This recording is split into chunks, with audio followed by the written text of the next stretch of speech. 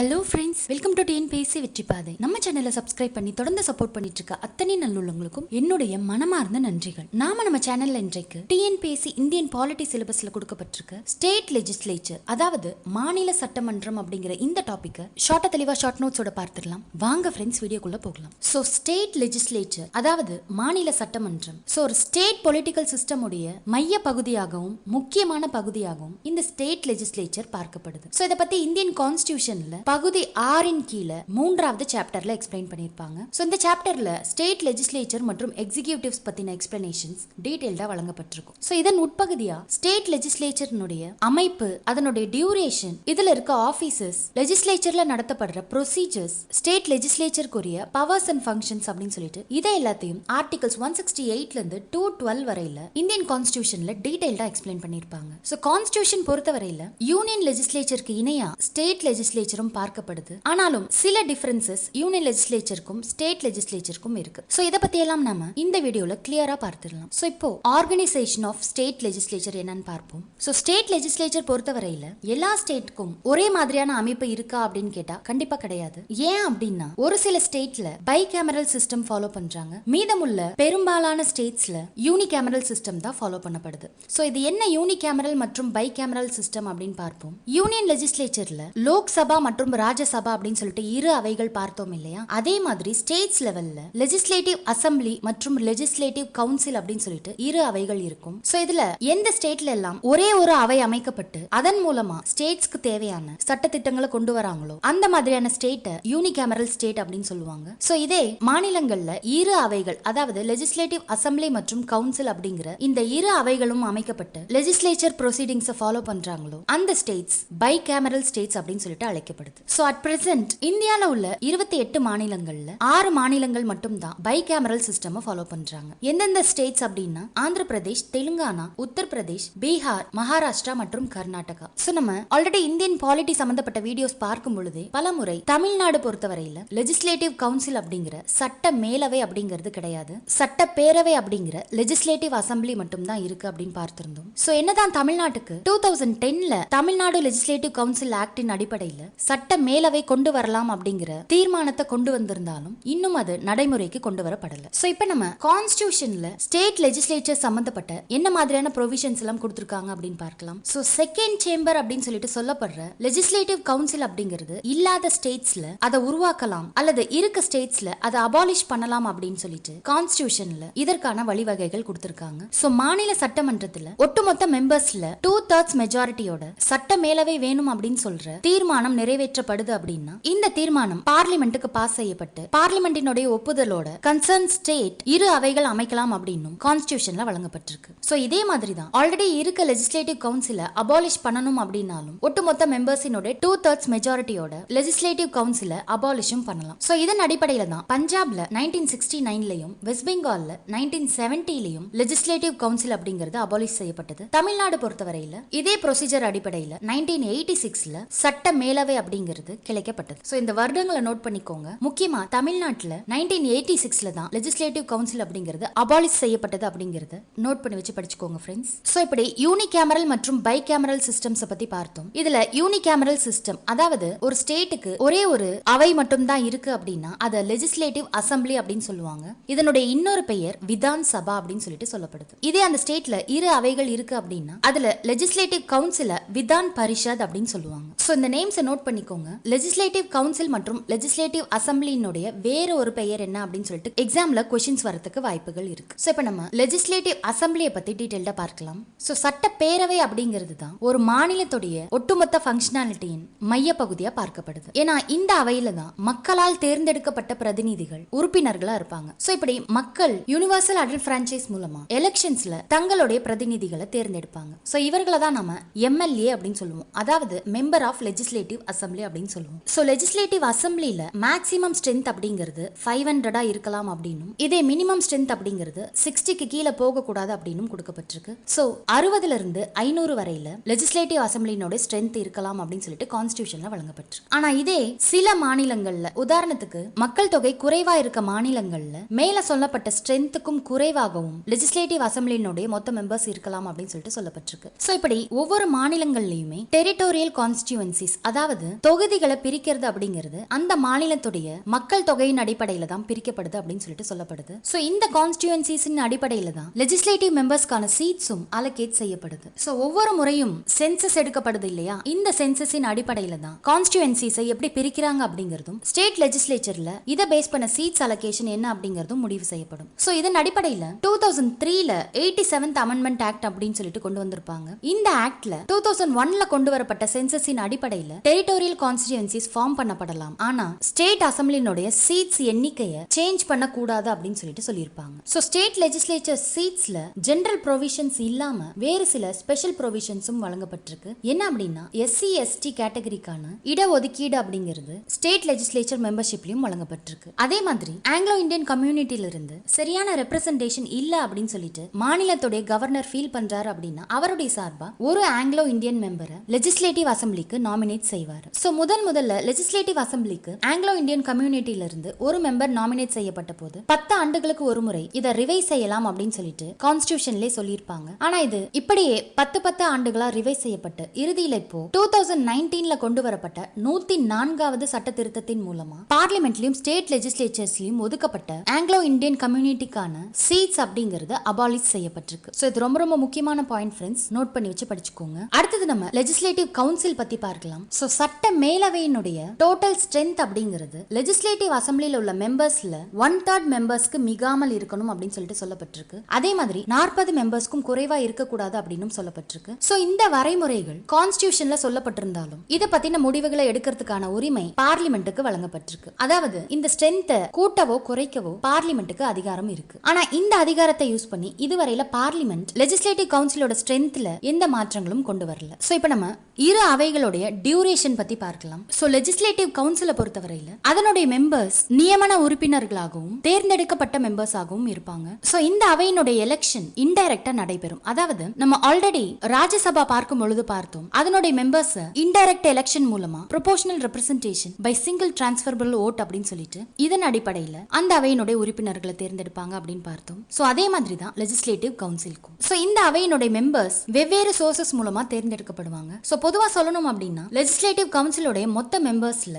6ல 5 members இன்டைரக்டா elect பண்ணவங்களா இருப்பாங்க. அதே மாதிரி 1/6 மெம்பர் நாமினேட் செய்யப்பட்டவங்களா இருப்பாங்க. சோ லெஜிஸ்லேட்டிவ் கவுன்சில் பொறுத்தவரையில இந்த அவையை கிளைப்பதற்கான வாய்ப்பு இல்ல. ஆனா லெஜிஸ்லேட்டிவ் அசம்பிளில தீர்மானம் கொண்டு வரப்பட்டு இத பார்லிமெண்ட்டும் ஒப்புக்கொண்டாங்க அப்படின்னா இந்த அவையை முழுமையா அபாலிஷ் செய்யலாமே தவிர லெஜிஸ்லேட்டிவ் கவுன்சில கிளைக்க முடியாது. அதே மாதிரி லெஜிஸ்லேட்டிவ் கவுன்சில்ல எந்த ஒரு உறுப்பினரும் பெர்மனன்ட் மெம்பரா இருக்க முடியாது. ஒவ்வொரு 2 ஆண்டுகளுக்கு ஒரு முறை இந்த கவுன்சிலோட 1/3 மெம்பர்ஸ் ரிட்டையர்மெண்ட் அடைவாங்க. அதே சமயத்துல அந்த 1/3 மெம்பர்ஸினுடைய வேகன்சியை வேறொரு செட் ஆஃப் புதிய மெம்பர்ஸ் ஃபில் பண்ணிடுவாங்க. சோ லெஜிஸ்லேட்டிவ் கவுன்சிலோட ஒவ்வொரு மெம்பரினுடைய பதவி காலம் அப்படின்னு பார்த்தா 6 ஆண்டுகள். சோ இதே மெம்பர் ரீஎலெக்ட் ஆகிறதுக்கான வாய்ப்பும் லெஜிஸ்லேட்டிவ் கவுன்சில் பொறுத்தவரையில இருக்கு. இதே லெஜிஸ்லேட்டிவ் அசம்பிளி அப்படின்னு எடுத்துக்கிட்டோம்னா அதனுடைய டியூரேஷன் 5 ஆண்டுகள். இந்த 5 ஆண்டுகளுக்கு உள்ளேயே கவர்னர் நினைத்தா அவருடைய பவர்ஸ் யூஸ் பண்ணி சட்டப்பேரவையான இந்த லெஜிஸ்லேட்டிவ் அசம்பிளியை கிளைக்க முடியும். இதே மாதிரி இந்த 5 ஆண்டுகளையும் தாண்டியும் லெஜிஸ்லேட்டிவ் அசம்பிளினுடைய டியூரேஷன் எக்ஸ்டெண்ட் செய்யப்படலாம். இது எந்தெந்த சமயங்கள்ல அப்படின்னா மாநிலத்துல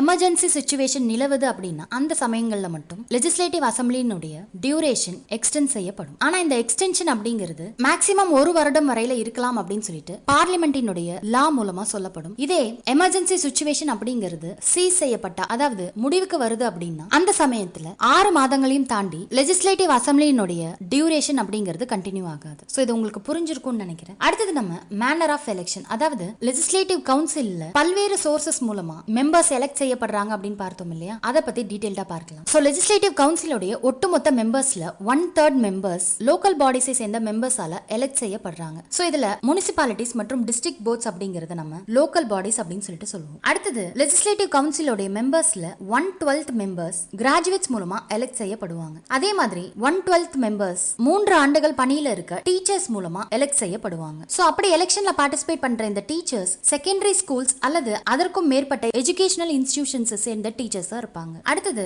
1/3 மெம்பர்ஸ் லெஜிஸ்லேட்டிவ் அசம்பிளி மெம்பர்ஸ் மூலமா எலெக்ட் செய்யப்பட்டவங்களா இருப்பாங்க. சோ இவர்கள் எல்லாம் இன்டைரக்ட் எலெக்ஷன் மூலமா எலெக்ட் செய்யப்பட்ட நபர்களா இருப்பாங்க. இதே லெஜிஸ்லேட்டிவ் கவுன்சில்ல உள்ள மீதமுள்ள நபர்கள் கவர்னரால வெவ்வேறு துறைகள்ல இருந்து நாமினேட் செய்யப்பட்ட மெம்பர்ஸா இருப்பாங்க. என்னென்ன துறைகள் அப்படின்னா சயின்ஸ், லிட்டரேச்சர், கோஆபரேட்டிவ் மூவ்மெண்ட் மற்றும் சோஷியல் சர்வீஸ்ல வல்லுநர்களா இருப்பவர்களை கவர்னர் நாமினேட் செய்வார். சோ கவர்னருடைய இந்த நாமினேஷனை நாமினேஷனை கோர்ட்டால கொஸ்டின் செய்ய முடியாது. இது முழுக்க முழுக்க கவர்னருடைய விருப்பத்தின் பேர்ல இந்த நாமினேஷன் நடைபெறுது. சோ அடுத்தது நம்ம லெஜிஸ்லேட்டிவ் அசம்பிளிக்கு மெம்பர்ஸா இருக்கணும் அப்படின்னா அவர்களுடைய குவாலிஃபிகேஷன் என்ன அப்படின்னு பார்த்துடலாம். ஃபர்ஸ்ட் நம்ம எல்லாருக்குமே தெரியும், கண்டிப்பா அவர்கள் ஒரு இந்தியன் சிட்டிசனா இருக்கணும். இது மட்டும் இல்லாம 25 ஆண்டுகள் வயதை கம்ப்ளீட் பண்ணியிருக்கணும். இதே லெஜிஸ்லேட்டிவ் கவுன்சிலுக்கு 30 வயது நிரம்பியவர்களா இருக்கணும். இதோட சேர்த்து பார்லிமெண்டால குறிப்பிடப்பட்டிருக்க வேறு சில குவாலிஃபிகேஷன்ஸும் ஸ்டேட் லெஜிஸ்லேட்டிவ் மெம்பர்ஷிப்க்கு கண்டிப்பா தேவைப்படும். 1951ல ரெப்ரசன்டேஷன் ஆஃப் பீப்புள் ஆக்ட் அப்படின்னு சொல்லப்படுற இந்த சட்டத்துல குவாலிஃபிகேஷன்ஸ்க்கான சில வரைமுறைகள் கொடுத்திருப்பாங்க. லெஜிஸ்லேட்டிவ் அசம்பிளி மற்றும் லெஜிஸ்லேட்டிவ் கவுன்சில்ல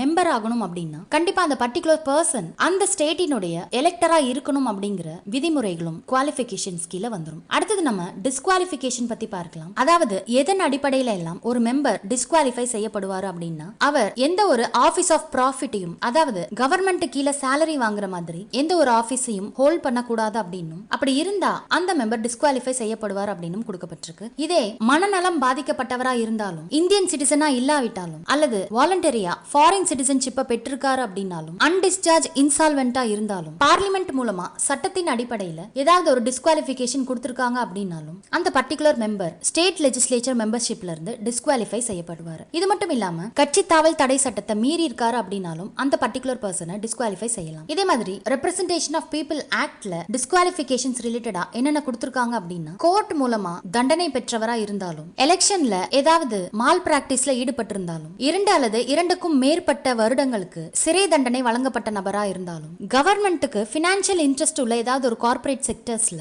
மேனேஜராகவோ அல்லது டைரக்டராகவோ இருந்தாலும், ஊழல் அடிப்படையில் டிஸ்மிஸ் செய்யப்பட்டவரா இருந்தாலும் அந்த மாதிரியான நபர்களை டிஸ்குவாலிஃபை செய்யலாம் அப்படின்னு சொல்லிட்டு கொடுக்கப்பட்டிருக்கும். சோ இப்ப மேல சொன்ன மாதிரி டிஸ்குவாலிஃபிகேஷன்ஸ் பேஸ் பண்ணி ஒரு பர்டிகுலர் மெம்பரை டிஸ்குவாலிஃபை செய்யணும் அப்படின்னா அது சம்பந்தப்பட்ட விஷயங்கள் கவர்னரிடம் கொண்டு செல்லப்படும். சோ மேற்கொண்டு கவர்னர் எலெக்ஷன் கமிஷன் கிட்ட இத பத்தின ஒப்பீனியனை டிஸ்கஸ் பண்ணிட்டு அந்த கன்சர்ன் மெம்பரை டிஸ்குவாலிஃபை செய்வார். சோ இந்த விஷயத்துல கவர்னருடைய முடிவு தான் இறுதியானது. இந்த முடிவை கோர்ட்டும் கொஸ்டின் செய்ய முடியாது. அடுத்தது நம்ம ஸ்டேட் லெஜிஸ்லேச்சர் மெம்பர்ஸ்னுடைய பதவி பிரமாணத்தை பத்தி பார்க்கலாம். இரு அவைகளுடைய மெம்பர்ஸ்க்கும் கவர்னர் தான் பதவி பிரமாணம் செய்து வைப்பாரு. அவருடைய ஆப்சன்ஸ்ல கவர்னரால அப்பாயிண்ட் செய்யப்பட்ட ஒரு பர்சன் முன்னிலையில இந்த பதவி பிரமாணம் செய்து வைக்கப்படும். சோ இந்த மெம்பர்ஸ் என்னென்ன பதவி பிரமாணம் எடுத்துப்பாங்க அப்படின்னு சொல்லிட்டு நம்ம ஆல்ரெடி ஒரு வீடியோல பார்த்திருந்தோம். அதை ஷார்ட்டா இங்க பார்த்துடலாம். இந்திய அரசியல் அமைப்புக்கு நேர்மையாகவும், இந்தியாவின் இறையாண்மை மற்றும் ஒற்றுமைக்கு பாதுகாப்பாகவும், தன்னுடைய கடமைகளுக்கு உண்மையாகவும் நேர்மையாகவும் இருப்பேன் அப்படின்னு சொல்லிட்டு ஸ்டேட் லெஜிஸ்லேச்சர் மெம்பர்ஸ் தங்களுடைய பதவி பிரமாணத்தை எடுத்துக்குவாங்க. ஸ்டேட் லெஜிஸ்லேச்சர் மெம்பர்ஸ் கண்டிப்பா பதவி பிரமாணம் எடுத்துக்கணும். இல்ல அப்படின்னா ஸ்டேட் லெஜிஸ்லேச்சர்ல உள்ள எந்த ஒரு ப்ரொசீடிங்ஸ்லயும் அவர்களால பார்ட்டிசிபேட் பண்ண முடியாது. அதே மாதிரி தீர்மானங்களுக்கு ஓட் செய்ய முடியாது. அந்த மெம்பர்ஸ்க்கு கொடுக்கப்படுற பிரிவிலேஜஸ் மற்றும் அலவன்சஸ் பதவி பிரமாணம் எடுக்காத மெம்பர்ஸ்க்கு வழங்கப்படாது அப்படின்னு சொல்லப்பட்டிருக்கு. சோ இப்படி பதவி பிரமாணம் எடுக்காம அவையில இருக்காங்க அப்படின்னா ஒரு நாளைக்கு அவர்களுக்கு 500 ரூபாய் அப்படிங்கிறது அபராதமா விதிக்கப்படுது. சோ ஸ்டேட் லெஜிஸ்லேச்சர் மெம்பர்ஸினுடைய சாலரிஸ் மற்றும் அலவன்சஸ் அப்படிங்கிறது ஸ்டேட் லெஜிஸ்லேச்சர் தான் முடிவு செய்வாங்க அப்படிங்கிறதும் நம்ம ஆல்ரெடி பார்த்திருந்தோம். சோ இப்போ நம்ம வெக்கேஷன் ஆஃப் சீட்ஸ், அதாவது ஸ்டேட் லெஜிஸ்லேச்சர் மெம்பர்ஸினுடைய சீட்ஸ் அப்படிங்கிறது எப்போ காலியா இருக்கு அப்படின்னு சொல்லிட்டு அறிவிக்கப்படும் அப்படின்னா, ஒரு பர்டிகுலர் மெம்பருக்கு டபுள் மெம்பர்ஷிப் இருக்கு அப்படின்னா, அதாவது 2 அவைகள்லயுமே மெம்பரா இருக்காங்க அப்படின்னா அவருடைய சீட் ஏதாவது ஒரு அவையில காலியா இருக்கு அப்படின்னு சொல்லிட்டு அறிவிக்கப்பட்டிருக்கும். இது இல்லாம அந்த மெம்பர் தானாகவே ரிசைன் செய்யறாரு அப்படின்னாலோ, டிஸ்குவாலிஃபிகேஷன் அடிப்படையில அந்த மெம்பர் ரிமூவ் செய்யப்பட்டாலோ, பல நாட்களுக்கு அவைக்கு வராம ஆப்சென்ட் ஆயிருந்தாலோ அந்த மெம்பரினுடைய சீட் ஆனது வெக்கேட்டட் அப்படின்னு சொல்லிட்டு அறிவிக்கப்படும். சோ இது இல்லாம வேறு சில கேசஸ் என்னன்னா அப்படின்னா, எலெக்ட் ஆகி வந்திருக்க அந்த மெம்பரினுடைய எலெக்ஷன் செல்லாத அப்படின்னு சொல்லிட்டு கோர்ட்டால அறிவிக்கப்பட்டாலோ, தீர்மானங்கள் மூலமா அவையாலேயோ கவர்னராலேயோ பிரசிடென்ட் வைஸ் பிரசிடென்டாலேயோ ஒரு பர்டிகுலர் மெம்பரை நீக்குறாங்க அப்படின்னா அதன் அடிப்படையிலையும் அவருடைய சீட் வெக்கேட்டட் அப்படின்னு சொல்லிட்டு அறிவிக்கப்படும். இப்போ நம்ம ஸ்டேட் லெஜிஸ்லேச்சருடைய பிரிசைடிங் ஆபீசர்ஸ் பத்தி பார்க்கலாம். சோ பிரிசைடிங் ஆபீசர்ஸ் அப்படின்னா அவையை தலைமை தாங்கும் அதிகாரிகள் அப்படின்னு சொல்லலாம். சோ இதன் அடிப்படையில ஸ்பீக்கர் மற்றும் டெபியூட்டி ஸ்பீக்கர் லெஜிஸ்லேட்டிவ் அசம்பிளியினுடைய பிரிசைடிங் ஆபீசர்ஸா பார்க்கப்படுறாங்க. சோ ஸ்பீக்கரை லெஜிஸ்லேட்டிவ் அசம்பிளியினுடைய மெம்பர்ஸ் தான் தேர்ந்தெடுப்பாங்க. சோ லெஜிஸ்லேட்டிவ் அசம்பிளி உள்ள வரையில ஸ்பீக்கரும் தன்னுடைய பதவியில இருக்கலாம் அப்படின்னு சொல்லிட்டு கான்ஸ்டிடியூஷன்ல வழங்கப்பட்டிருக்கு. சோ இப்போ நம்ம எதன் அடிப்படையில எல்லாம் ஸ்பீக்கர் தன்னுடைய பதவி காலத்துக்கு முன்பாகவே அவருடைய ஆபீஸை வெக்கேட் செய்வார் அப்படின்னு பார்க்கலாம். சோ லெஜிஸ்லேட்டிவ் அசம்பிளியினுடைய மெம்பர் இல்லை அப்படின்னு சொல்லிட்டு சீஸ் செய்யப்படுறாரு அப்படின்னா ஸ்பீக்கரினுடைய சீட் வெக்கேட் ஆயிருக்கு அப்படின்னு சொல்லிட்டு அறிவிக்கப்படும். அல்லது அவர் ரிசைன் செய்தாலோ, ரெசல்யூஷன் மூலமா அவர் அவருடைய பதவியிலிருந்து நீக்கப்பட்டாலோ ஸ்பீக்கரினுடைய சீட் வெக்கேட்டட் அப்படின்னு சொல்லிட்டு சொல்லலாம். சோ இப்படி பெரும்பான்மையினுடைய சப்போர்ட்டோட ரெசல்யூஷன் மூலமா ஸ்பீக்கரை ரிமூவ் பண்றாங்க அப்படின்னா சோ இது சம்பந்தப்பட்ட 14 டேஸ்க்கான ப்ரீரியர் நோட்டீஸ் அப்படிங்கிறது ஸ்பீக்கருக்கு வழங்கப்பட்டிருக்கணும். இதே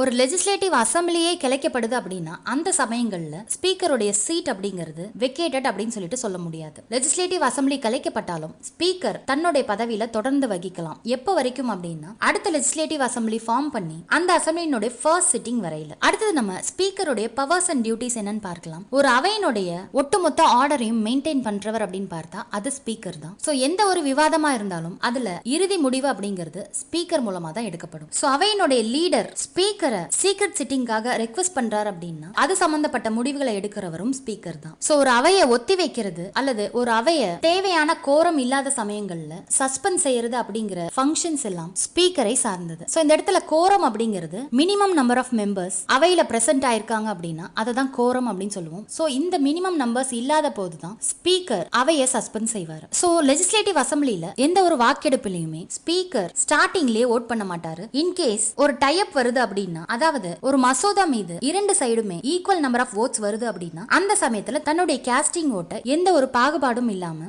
ஸ்பீக்கர் பதிவு செய்யலாம். அதே மாதிரி அசம்பிளில இன்ட்ரோடியூஸ் செய்யப்படுற பில் ஆனது மணி பில்லா அல்லது ஆர்டினரி பில்லா அப்படின்னு சொல்லிட்டு டிசைட் பண்ற அதிகாரமும் ஸ்பீக்கருக்கு தான் இருக்கு. ஒரு மெம்பரை டிஸ்குவாலிஃபை செய்யற ரிக்வெஸ்ட் வருது அப்படின்னாலும் அந்த சமயத்திலையும் ஸ்பீக்கருடைய முடிவு தான் முக்கியத்துவம் பெறுது. அவையினுடைய எல்லா கமிட்டிஸ்னுடைய சேர்மன் மற்றும் சூப்பர்வைசரை அப்பாயிண்ட் பண்றது மற்றும் அவர்களுடைய ஃபங்க்ஷனாலிட்டிஸை பார்த்துக்கிறது அப்படின்னு சொல்லிட்டு இந்த ஃபங்க்ஷன்ஸ் எல்லாம் ஸ்பீக்கரை சார்ந்தது. இதே டெபியூட்டி ஸ்பீக்கர் அப்படின்னு எடுத்துக்கிட்டோம்னா இவரையும் அவையில உள்ள மெம்பர்ஸ் தான் எலெக்ட் பண்ணுவாங்க. ஒரு ஸ்பீக்கருடைய எலெக்ஷனுக்கு பிறகு டெபியூட்டி ஸ்பீக்கர் அப்படிங்கிறவர் எலெக்ட் செய்யப்படுறாரு. சோ ஸ்பீக்கர் மாதிரி இல்லாம டெபியூட்டி ஸ்பீக்கர் ஒரு லெஜிஸ்லேட்டிவ் அசம்பிளியினுடைய காலம் வரையில தன்னுடைய ஆபீஸ்ல இருக்கலாம். டெபியூட்டி ஸ்பீக்கரினுடைய ஆபீஸ் எப்போல்லாம் வெக்கேட்டடா இருக்கு அப்படின்னு சொல்லிட்டு சொல்லுவாங்க அப்படின்னா அவருடைய அசம்பிளி மெம்பர்ஷிப் நீக்கப்பட்டா அவருடைய சீட்டானது வெக்கேட்டட் அப்படின்னு சொல்லிட்டு அறிவிக்கப்படும். அல்லது அவர் ரிசைன் செய்யப்பட்டாலோ ரெசல்யூஷன் மூலமா அவருடைய பதவியிலிருந்து ரிமூவ் செய்யப்பட்டாலோ இவருடைய சீட் வெக்கேட்டட் அப்படின்னு சொல்லிட்டு சொல்லப்படும். ஸ்பீக்கரினுடைய ஆபீஸ் வேக்கண்டா இருக்க சமயங்கள்ல டெபியூட்டி ஸ்பீக்கர் தான் ஸ்பீக்கரினுடைய அனைத்து ஃபங்க்ஷன்ஸையும் பார்த்துக்குவார். அடுத்தது நம்ம